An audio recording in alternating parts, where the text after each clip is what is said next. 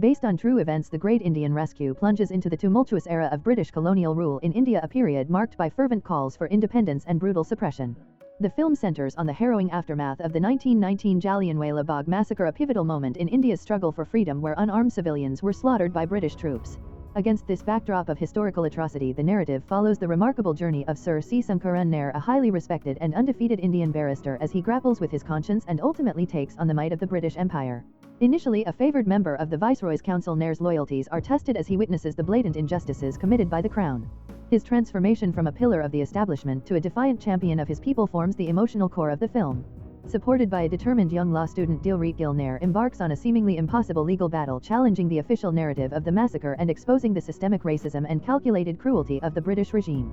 This gripping courtroom drama unravels the layers of deception and power, culminating in a powerful stand for truth and justice that reverberates far beyond the courtroom walls. The movie opens in Amritsar, 1919, with the vibrant energy of a protest against the Rowlatt Act. Young Pargat, alongside his mother and sister, passionately joins the calls for repeal. His father, Professor Kripal Singh, a revered figure leading the resistance against British rule, encourages Pargat to rest but also reminds him of the importance of persistent effort. As Pargat heads out to buy sweets, the scene abruptly shifts to a brutal crackdown by British soldiers.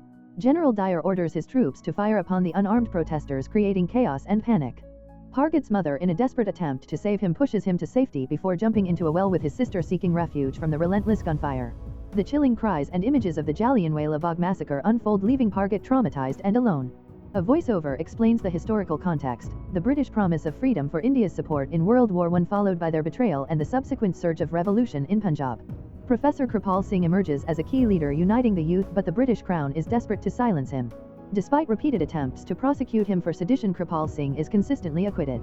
To salvage their reputation, the British turn to Sir C. Sankaran Nair, a brilliant and undefeated Indian barrister, a master of both legal and martial arts and a favored member of the Viceroy's Council. Sankaran Nair, initially dismissive of the Crown's case against Kripal Singh, argues in court that the charges are baseless and that a government should welcome dissent. He even praises Kripal Singh's poetry. However, Nair then strategically asks Kripal Singh if he knows how to make a bomb. Kripal Singh admits to knowing due to his past as a British Indian Army soldier. Nair then connects Kripal Singh to two students who threw bombs at a British officer's car, citing Kripal Singh's own poetic lines about fighting the Crown with fire. Nair masterfully twists Kripal Singh's words and influence, accusing him of inciting violence and potentially providing the bomb. The court, swayed by Nair's relentless argumentation, remands Kripal Singh to judicial custody on charges of conspiracy to murder. Kripal Singh, before being led away, tells Nair that he is fighting for the wrong side, to which Nair retorts that poems don't run a nation. Sankaran Nair's success earns him a knighthood from the British. His family celebrates his achievement, oblivious to the deeper moral implications. Meanwhile, Pargat, now an orphan, wanders through the aftermath of the massacre, haunted by the images of his mother and sister and the injustice. The British, seeking to control the narrative surrounding Jallianwala Bagh, try to silence the press and compensate survivors with a paltry sum, making them sign waivers that absolve the Crown of any blame. They establish an inquiry commission and, to maintain an illusion of fairness, appoint Sankaran Nair as its Indian member. During the commission's proceedings, Nair notices discrepancies between General Dyer's military report and hospital records regarding the death toll. He questions the official narrative, much to the discomfort of the British officials. A young agitated man, John Nisar, daily protests outside, attempting to give his written complaints to the governor. General Dyer mockingly tears up John Nisar's complaints. Later, Nair learns that John Nisar lost his mother and sister at Jallianwala Bagh. Pargat, now a young man, approaches Nair, identifying himself as Kripal Singh's son and the John Nisar Nair had seen. He hands Nair a copy of his self-made newspaper detailing the truth of the massacre, emphasizing that he lost his family that day because he, along with his mother and sister, dared to protest. He poignantly tells Nair that if the British committing atrocities are wrong, even worse are the Indians who suffer in silence. He also implies that while thousands died because of Dyer, he, Pargat, died because of Nair's complicity with the British. This interaction visibly shakes Nair.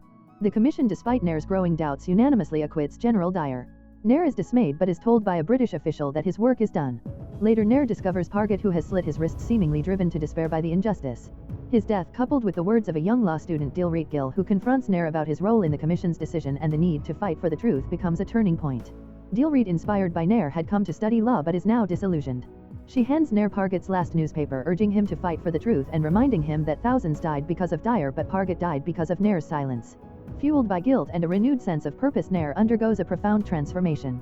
The Crown is then blindsided by a lawsuit filed against them over Jallianwala Bagh. They dismiss it, especially as it's filed by a lady lawyer, Jallianwala, and is her first case. However, they soon learn that the Judge McCarty is honest and sympathetic to Indians. To their shock, Jallianwala announces in court that her co-counsel is none other than Sankaran Nair, who has returned to fight for justice. Working in secret, Nair and Dilreet gather evidence, interviewing survivors and examining military records. They learn that a curfew was in place, but many were unaware and the victims were unarmed. They also discover that the soldiers who fired were predominantly Indian, highlighting the complex loyalties within the British Indian Army. As the trial begins, Dilreet argues that the massacre was a planned genocide, not an act of self-defense, challenging the Crown's narrative and setting the stage for a dramatic legal battle. The court case against General Dyer continues, with Sankaran Nair and Dilreet Gill representing the victims of the Jallianwala Bagh massacre, while Neville McKinley defends the Crown. Dilreet begins by arguing that the curfew imposed by General Dyer was a sham designed to justify the slaughter of innocent people. She requests to summon Collector Kurtar Singh, who was responsible for declaring the curfew. Kurtar Singh under oath claims that an armed group of thousands that Danda Fauji marched past his police station towards Jallianwala Bagh, ignoring his warnings. He states they drew weapons and chanted about soaking the earth in blood, prompting him to call for reinforcements directly from General Dyer. Nair, during cross-examination, exposes inconsistencies in Kurtar Singh's testimony. He highlights that standard protocol for reinforcements involves informing the district superintendent, not a direct call to military headquarters. Nair then reveals that the curfew announcement was not made by Kurtar Singh but by a man falsely claiming a renowned leader would be at Jallianwala Bagh, suggesting this was a ploy by Dyer to gather people. He further questions why Dyer, with Sikh infantry soldiers at his command, urgently summoned Gurkha and Baluch regiments on April 11, implying that the Sikh regiment might not have fired on their own people. Nair presents the Army's air logbook showing a plane flew low over Jallianwala Bagh on April 13, half an hour before Dyer arrived, and then returned to base with no record of a transfer. He argues this was an illegal surveillance mission to estimate the crowd size, exposing another layer of pre-planning. McKinley in his defense brings in Miss Martha Stevens, a music teacher who testifies that on the evening of April 10 she was brutally raped by Tanveer Chaudhry, a student leader of the Danda Fauji. McKinley uses this testimony to paint the protesters at Jallianwala Bagh as a dangerous armed mob intending to incite a murderous rebellion and commit similar atrocities against British women. He argues that Dyer's actions were a necessary step for security. After a recess, Dilreet Gill cross-examines Martha Stevens. She subtly exposes the inconsistencies in Martha's story. No one heard her screams despite people being in the nearby church, and she didn't fight back or seek hospital treatment. Dilreet then reveals that Martha and Tanveer were in a consensual relationship caught by the principal, and that Martha was pressured by the police to falsely accuse Tanveer of rape to protect her reputation and the college. Martha breaks down, confessing that she loves Tanveer and that he is innocent. The court orders Tanveer Chaudhry's release and an inquiry into the police officers, college principal, and Martha Stevens. McKinley attempts to salvage his case by arguing that the rape investigation was a police matter, not a military one, suggesting it doesn't invalidate Dyer's actions. However, Judge McCarty declares that there is ample evidence to proceed with a trial against General Dyer, with proceedings set to begin the following week.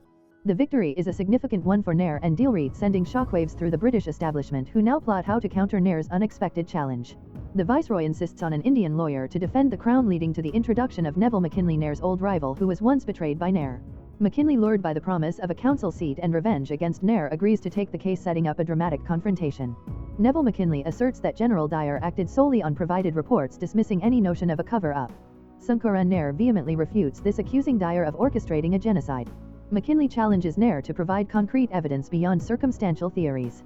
The court gives Nair 2 days to produce a witness or the case will be dismissed. With all official records seemingly erased and potential witnesses intimidated, Nair's team feels hopeless.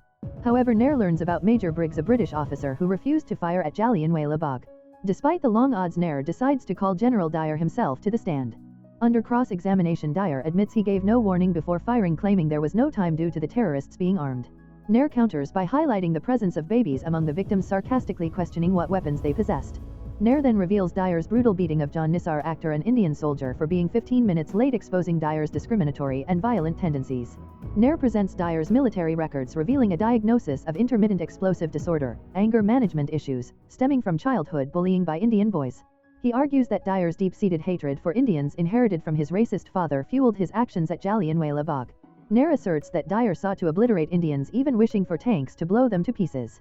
Nair provokes Dyer, who in a fit of rage confesses, "I should have killed you like I killed the rest of them." Despite Dyer's confession, the court announces final arguments for the next day. The British officials, alarmed by Dyer's outburst, panic. McKinley, recognizing the gravity of the situation, suggests unlawful measures to stop Nair.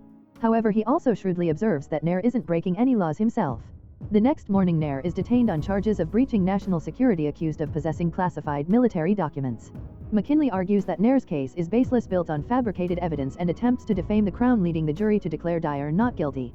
In a final act of defiance at his disbarment hearing, Nair refuses to apologize. He requests to speak in Hindi and instead apologizes to his country for years of injustice. Citing a Bar Council rule, he claims the right to present evidence to clear his name. He then reveals that the previous verdict was not unanimous, producing affidavits from 3 jurors including Harold Loxey, who confirmed they had voted guilty. These jurors were bribed and threatened into silence, and Judge McCarty was also bought off. Nair proclaims that Dyer and the British Crown are guilty of genocide. He exposes Dyer's callous comments about running out of bullets and the crawling order that forced Indians to crawl. He passionately declares that Indians are seen as animals by the British, but this herd of animals will become a country and roar for freedom. He ends with a powerful "Get the F out of my country." The film concludes with Nair's disbarment, but his powerful speech, widely publicized, galvanizes the Indian public. McKinley acknowledges Nair's impactful stance and Dyer is removed from his command. The final scene shows Dilreet continuing the fight, inspired by Nair's unwavering commitment to truth and justice. If you enjoy watching this video, then subscribe to Angel Recaps for the latest movies explanation.